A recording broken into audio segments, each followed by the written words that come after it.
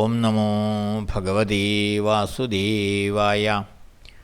പ്രിയ സജ്ജനങ്ങളെ, എല്ലാവർക്കും നമസ്കാരം. സത്സംഗവേദിയിൽ നമ്മൾ ശ്രീമദ് ഭഗവത്ഗീതയിലെ 18-ാം അധ്യായമായ മോക്ഷസന്യാസ യോഗത്തിലെ 40 ശ്ലോകങ്ങളാണ് പൂർത്തിയാക്കിയത്. ഇന്ന് നമുക്ക് 41-ാമത്തെ ശ്ലോകം നോക്കാം. ബ്രാഹ്മണക്ഷത്രിയവിശാം ശൂദ്രാണാം ച പരം തപാ കർമാണി പ്രവിഭക്താനി സ്വഭാവപ്രഭവൈർഗുണൈർ. പരം തപ, ഹേ ശത്രുനാശക. ബ്രാഹ്മണ ക്ഷത്രിയ വിശാം, ബ്രാഹ്മണ ക്ഷത്രിയ വൈശ്യർക്കും ശൂദ്രാണാം ച ശൂദ്രർക്കും കർമാണി കർമ്മങ്ങൾ സ്വഭാവപ്രഭവൈർഗുണൈർ ജന്മസിദ്ധമായ സ്വഭാവഗുണങ്ങളാൽ പ്രവിഭക്താനി വിഭജിക്കപ്പെട്ടിരിക്കുന്നു. ഹേ ശത്രുനാശകനായ അർജുന, ബ്രാഹ്മണ ക്ഷത്രിയ വൈശ്യർക്കും ശൂദ്രർക്കും കർമ്മങ്ങൾ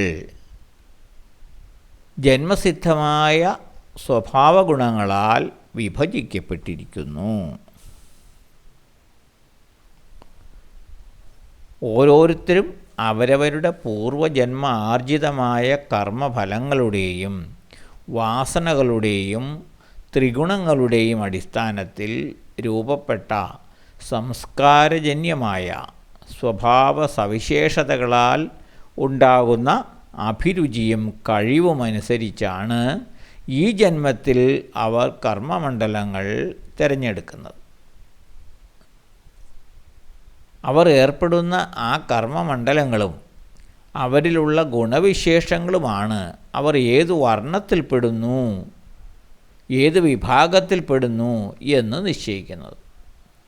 ഏത് കുലത്തിൽ പിറന്നു എന്നതല്ല, ഏത് ഗുണവിശേഷങ്ങളോടെ ജനിച്ചു എന്നതാണ് അവരുടെ കർമ്മമേഖലയെയും അതുവഴി വർണ്ണത്തെയും നിശ്ചയിക്കുന്നത്. അതായത് പ്രകൃതിജന്യമായ ഈ ത്രിഗുണങ്ങളാണ് ഒരുവൻ്റെ സ്വഭാവത്തെയും കർമ്മത്തെയും വർണ്ണത്തെയും ആത്മീയ പുരോഗതിയെയും എല്ലാം നിശ്ചയിക്കുന്നത്. ഇതാണ് ഈ ശ്ലോകത്തിലൂടെ ഭഗവാൻ പറയുന്നത്. അടുത്ത ശ്ലോകം നമുക്ക് അടുത്ത ദിവസം നോക്കാം. എല്ലാവർക്കും നന്ദി, നമസ്കാരം. ഓം നമോ ഭഗവതേ വാസുദേവായ.